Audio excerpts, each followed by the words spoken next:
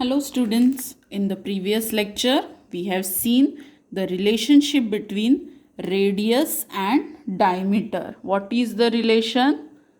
It is that diameter is double the radius or radius is half of diameter. Okay radius को 2 से multiply करके diameter मिलता है, diameter को 2 से डिवाइड करेंगे तो रेडियस मिलता है. Now let's see the new topic, the interior and the exterior of a circle. Now see one example they have given. We play land and sea inside a circle on a playground. In this game, the children inside the circle are in the sea while the children outside the circle are on a land. We have played this game many times in our schools. We make a circle and we play the game. If we say land, then we have to stand outside the circle. If we say sea, then we have to jump inside the circle.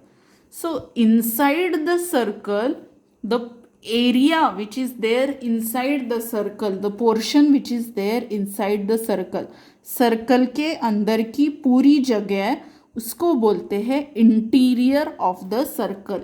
Inside means interior and outside means exterior of the circle. Circle के बाहर जो भी है उसको बोलते हैं exterior of the circle. So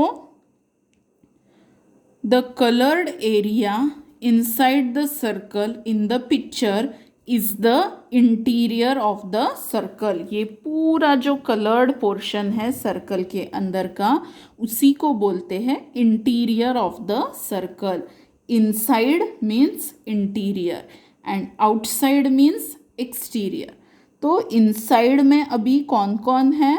points है. कौन से पॉइंट्स है? Point P, point Q, point T and point R. These 4 points are points in the interior of the circle. What you have to remember? Interior means inside, exterior means outside. So which are the points outside the circle? A, B, C and D. These 4 points are points in the exterior of the circle. Now what about K, L, M and L? So K, L, M and L are points on a circle. मतलब ये points जो है K, L, M और N, ये अंदर भी नहीं है, ये बाहर भी नहीं है, मतलब ये सर्कल की बाउंड्री के ऊपर है. तो इनको क्या बोलेंगे? These are the points on the circle. So there are 3 parts of the circle: interior, exterior and on the circle. On the circle means on the boundary of the circle. So let's solve a small practice set quickly. Which are the points in the interior of the circle? So circle के अंदर के points means Y, R, T and X. Y, R, T and X. These are points in the interior of the circle. Now points in the exterior मतलब बाहर. So W and Z and also M. ये 3 points W, Z and M. These are in the exterior of the circle. Exterior means outside, interior means inside and on the circle means boundary. So on the circle which points are there? P and N. So points P and N are on the circle. So this is interior and exterior of a circle. Now let's begin with the next topic, circumference of a circle. So what is a circumference of a circle? Now circumference means the length of the boundary of a circle is called its circumference. ये जो boundary होती है circle की, इसका length मतलब ही होता है circumference of the circle. किसको बोलते हैं सर्कमफरेंस? इस बाउंड्री की लेंथ को बोलते हैं circumference of the circle. Now you will think how to measure the circumference, क्योंकि ये शेप तो सर्क्यूलर है और लेंथ गिनने के लिए, लेंथ काउंट करने के लिए हम स्केल का यूज़ करते हैं, और स्केल होती है स्ट्रेट और सर्कल होता है सर्क्यूलर। तो स्केल से ये सर्क्यूलर लेंथ कैसे मेजर करेंगे? So obviously it is not possible. So what is the trick for that? We can use a thread for this. Okay, by using a thread, what we have to do, we have to place the thread on a starting point. किसी भी एक point पे thread को start करो और उसको round round इसके ऊपर से यहाँ पे ही एंड करो, और फिर उस थ्रेड को सीधा करके स्केल के ऊपर रख दो और मेजर करो what is the circumference of the circle. So here they have done one activity. Take a bowl with circular edge. A bowl or a glass, you can take anything which is available at your home. I think glass is the best example. Then wind a string. So string or thread, anything you can use. Wind a string once around the bowl and make a full circle around it. तो एक thread या string की मदद से उसके around हमें उसको wind करना है. So here I have taken a glass and a thread, and you have to wind it around the glass so that both the points of the thread they meet each other exactly. Now open this thread. Okay, open this thread and take the scale. So you can now measure the length of this thread by using a scale. So let's see how much. So this is 0 and this is bigger than 15 centimeter. So what we will do, we will take a long scale for this. You can keep this thread on a long scale and you can measure the distance of this from starting point to the ending point. So whatever will be the length of this thread, that much will be the length of the boundary of the circle, and that is called as the circumference of the circle. Understood? Now the next topic is an arc of a circle. Arc of a circle. Now you must have seen bangles, broken bangles. After a bangle is broken, it looks like this. It is divided into two parts, and it is not necessary that both the parts will be same. When a bangle is broken, one part can be small and one part can be big. So this part of the boundary of a circle is called as arc of a circle. Arc of a circle means a part of the boundary of the circle. Boundary के part को बोलते हैं arc of a circle.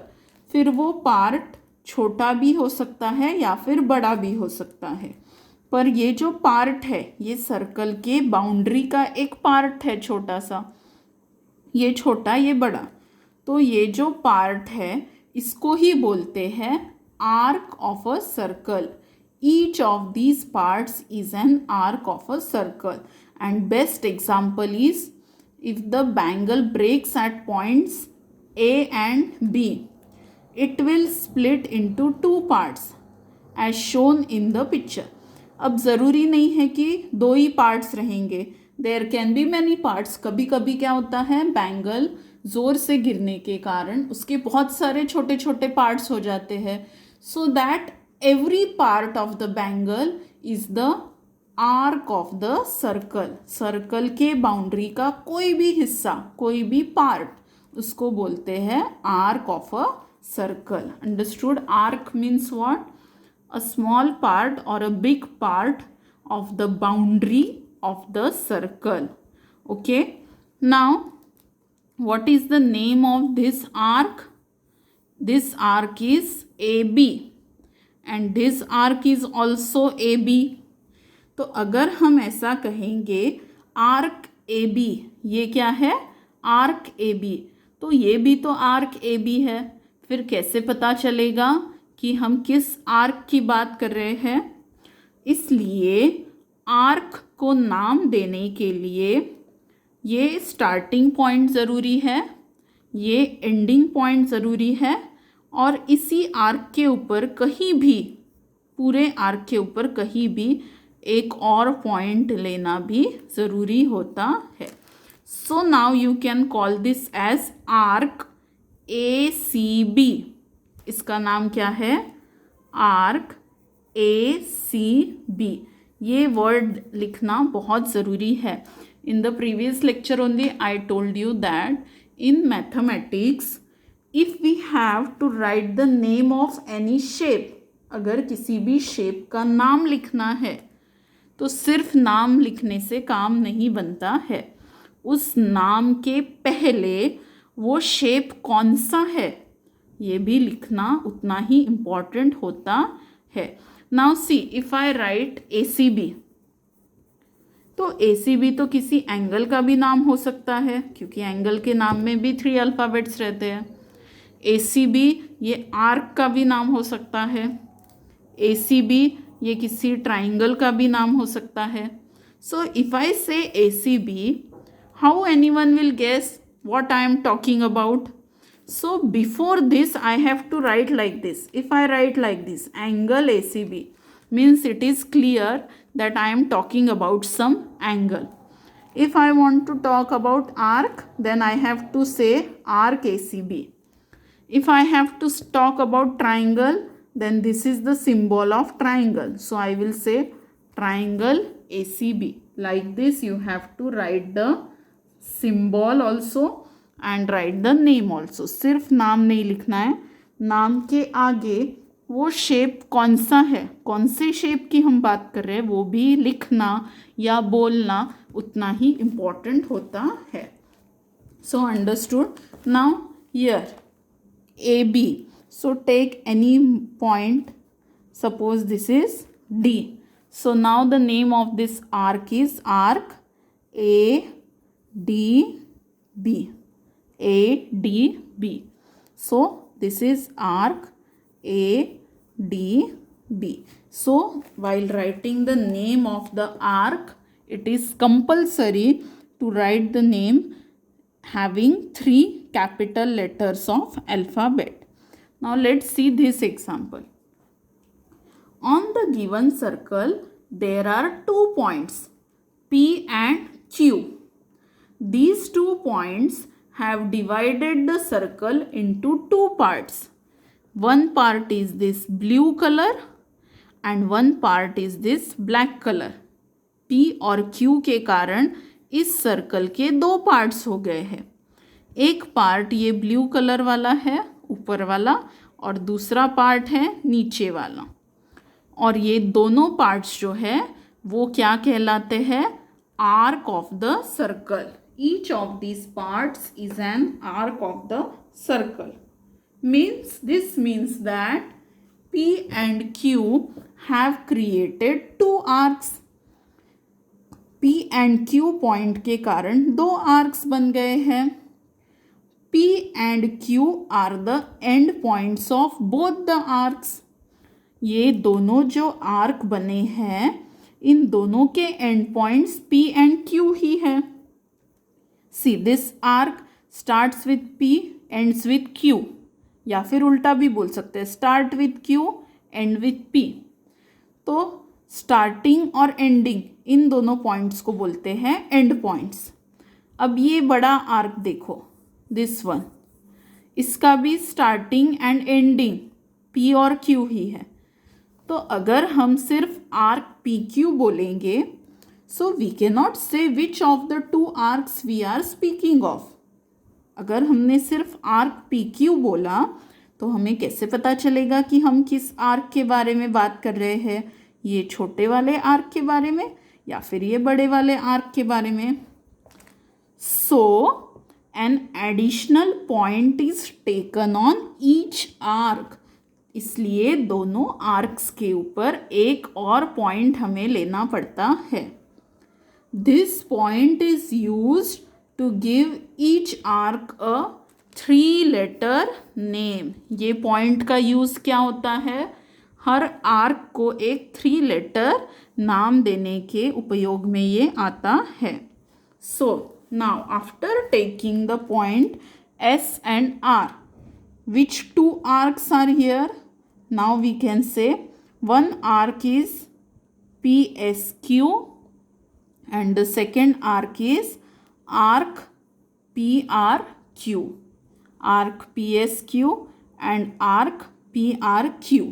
अगर हम P और Q को and points लेते हैं तो अगर मुझे S और R को एंड पॉइंट लेना है, मतलब एक बार S से स्टार्ट होगा और R पे ख़त्म होगा, या फिर R से स्टार्ट होगा और S से ख़त्म होगा, तो कौन से 2 आर्क रहेंगे जिनके एंड पॉइंट R और S है?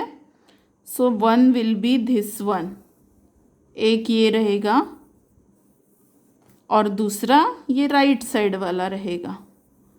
सो इस आर्क का नाम क्या है? Arc SPR। और ये वाले आर्क का नाम क्या है? Arc RQS। अब आर्क का नाम लिखते वक्त क्या याद रखना है? जो एंड पॉइंट्स है उसके वही कॉर्नर में आने चाहिए और जो उसके बीच वाला पॉइंट है वो बीच में आना चाहिए। This thing you have to remember. Now let's begin with problem set 31. In the figure given alongside, points S, L, M and N are on the circle. These 4 points are present on the circle. On the circle means what? On the boundary of the circle. Answer the questions with the help of the diagram. Write the names of the arcs with endpoints S and M. S and M से start या and होने वाले arc के नाम लिखने हैं। So first one will be this one, this much. So what is the name of this arc? Let's make it a little bit darker for your understanding. So S and M ये दोनों and points होने वाला ये पहला arc है. So what is the name of this arc? Arc SLM, या फिर आप इसको MLS ऐसा भी लिख सकते हो. MLS बोलो या SLM बोलो, बोथ आर सेम. पर याद क्या रखना है? S और M लास्ट में आने चाहिए, फर्स्ट एंड लास्ट, या फिर ये फर्स्ट ये लास्ट, और L बीच में है ना, तो L बीच में ही आना चाहिए. Now the second arc. The second arc is this one.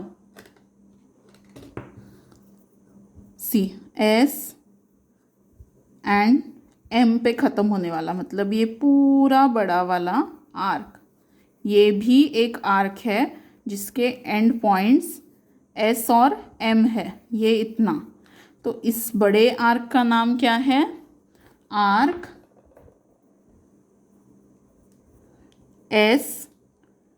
SNM. SNM. S और M एंड पॉइंट्स चाहिए तो S और M एंड में लिखो. एक बार दोनों के बीच में L है मतलब ये आर्क, और एक बार दोनों के बीच में N है मतलब ये बड़ा वाला arc. Now the second question. So let's rub this one first. Now what is the second question? Right the names of the arcs with end points L and N. तो L and N मतलब एक हो गया ये arc, इसका नाम क्या है? Arc LMN। अंडरस्टूड? और इसी का दूसरा नाम क्या हो सकता है? NML। जैसे एंगल में हम उल्टा भी लिख सकते हैं, वैसे आर्क में भी लिख सकते हैं। And second arc is this one, जो L से शुरू होता है और N पे ख़त्म होता है, या फिर उल्टा बोलो, N से शुरू होता है, L पे ख़त्म होता है। बात तो एक ही है। So what is the name of this arc? Arc LSN।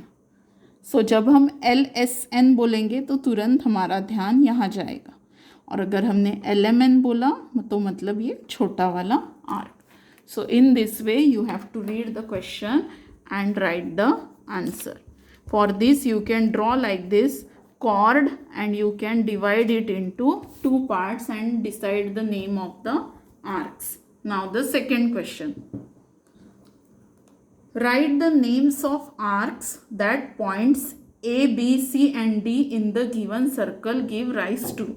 मतलब एक बार A से चालू होने वाले आर्क लिखो, फिर B से चालू होने वाले आर्क्स लिखो, फिर C से चालू होने वाले, और फिर D से भी चालू होने वाले आर्क्स लिखने हैं। सो A से यू कैन राइट ADC।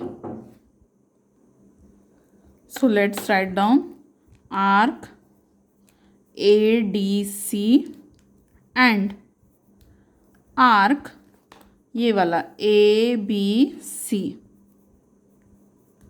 और बन सकते हैं क्या A से आर्क्स? यस, A, D और B तक, मतलब ये पूरा बड़ा आर्क, ये भी तो A से स्टार्ट हो रहा है। So we can write this also, this much ADB, या फिर हम इसको बोल सकते हैं ACB। ADB बोलो या ACB बोलो, सेम आर्क का नाम है। So arc ADB। Okay, now let's find the arcs which start with B। तो B से स्टार्ट होने वाले कौन से आर्क्स हैं? Suppose this one BAD, this one, या फिर BCD। So which arcs are there? Arc BAD, arc BCD, BAD BCD। अब C से स्टार्ट होने वाले arc CDA and arc CBA। अब D से स्टार्ट होने वाला आर्क DAB और arc DCB। So like this you can write various names for different arcs. So here also we will write comma only, no need of and. Now give the names of the arcs that are made by points P, Q, R, S, T in the figure. So for this also same drill is there, just like we have done here. So in the third question we can write like this. एक बार क्या करेंगे, P और R को and point रखेंगे, तो क्या मिलेगा? P and R को रखा तो ऐसे रफली ज्वाइन कर देना इसको, तो इजीली हम बोल सकते हैं PQR एंड PTR, या फिर PSR। P और R के बीच में दो पॉइंट्स है, तो दोनों में से कोई भी एक ही लेना है। सो PTR एंड PQR। फिर दूसरी बार हम Q एंड S को एंड पॉइंट करेंगे, arcs with and points Q and S, तो क्या मिलेगा? QRS and QPS। फिर तीसरी बार P एंड S को एंड पॉइंट कर दो, तो PS एंड ज्वाइन कर दो, सो क्या मिलेगा? PQS and PTS। PQS मतलब यहाँ से स्टार्ट होके ये यहाँ तक, तो इस आर्क को आप PRS भी बोल सकते हैं क्योंकि Q और R दोनों है P और S के बीच में, तो कोई भी एक ले लो, PQS बोलो या फिर PRS बोलो। And second one is PTS। ये हो गया P और S को ज्वाइन करने के बाद। नेक्स्ट Q एंड T को ज्वाइन कर दो, all combinations we will take. So QPT and QST। Next join R and T। कौन बचा है अभी ज्वाइन करने का? R and T। So RQT and RST। और RQT को दूसरा नाम क्या है? RPT। RQT बोलो यही आर्क रहेगा, RPT बोलो यही आर्क रहेगा। So in this way you can write the different names of arcs which are formed by the points P, Q, R, S and T. So in this way you have to solve practice set 31 in your notebook, and here we complete the lesson number 7, that is circles. Understood? So complete this lesson in your notebook. Okay, thank you.